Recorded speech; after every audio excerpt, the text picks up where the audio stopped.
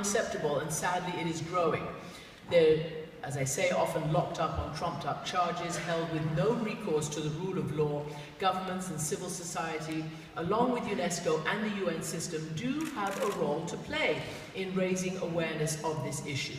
The US State Department has highlighted several such cases in their annual Free the Press campaign. For instance, Jose Antonio Torres is in jail in Cuba, Mohammed Bekyanov in Uzbekistan, Mohammed Sedir Kaduvand in Iran, Sergei Reznik in Russia, Mehmet Can Abdullah in China, Wubishet Taye in Ethiopia.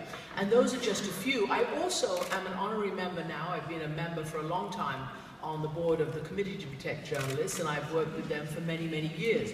A few years ago, I, as part of another activist committee for journalism, the International IWMF, the International Women's Media Foundation, gave a prize to Khadija Ismailova for her brave reporting on her country, Azerbaijan.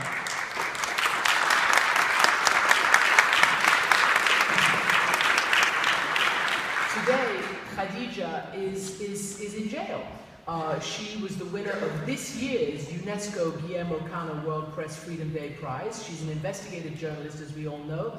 She has been reporting with RFE-RL in Azerbaijan. She's known for her very courageous reporting on corruption and on the ruling family.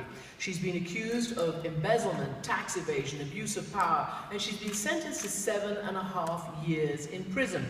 Today, as I said, is her 516th day in prison, and here from this stage, I personally, and I'm sure many of you will join me, in calling on the Azerbaijan government to free her. That is what should be done, because she is just a civilian wielding a pen and paper, perhaps some social media tools, and doing her job, which is shining light in dark corners and being everybody's eyes and ears when it comes to knowing the world and figuring out what's going on. There's also Mahmoud Abu Zaid, who's better known as Shawkan. He's a freelance photojournalist who is currently imprisoned in Egypt. He was detained August 14th, 2013, while he was covering those clashes now famous during the